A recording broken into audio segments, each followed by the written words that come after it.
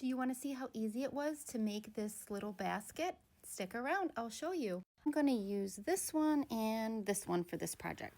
You'll need to cut your fabric into 15-inch squares, and you'll also need a piece of fusible fleece just slightly smaller than that. I ironed on that fusible fleece to one of the pieces of fabric, and now I'm going to lay those right sides together, and I'm going to sew all the way around this, except I'm going to leave a little gap to turn this right side out. So now I've sewn all the way around, except I left that gap so that I can turn it right side out. I also snipped all my corners.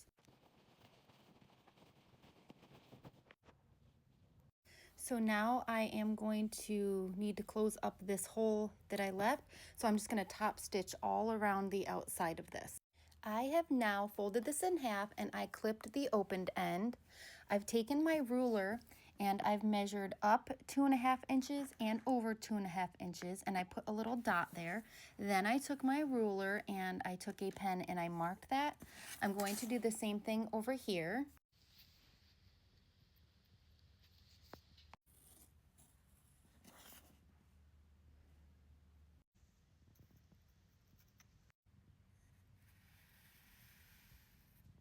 I'm using disappearing ink and I'm going to sew right on that line on both sides.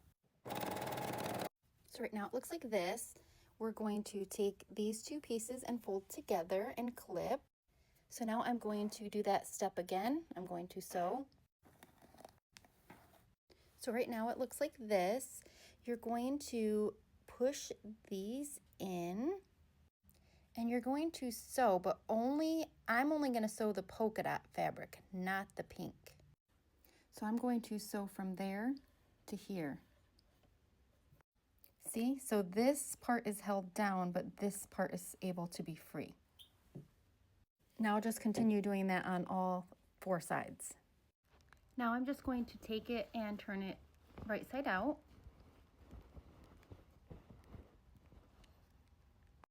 Now I'm just going to take each of these sides and put them down like this, like that, and I'm going to just continue and do that on all 4 sides. You can use these for whatever you want. You could use them as an Easter basket. You could use them to store your extra fabric. And then these little spots can hold items like this. Oops. They're just so cute, and I love this fabric.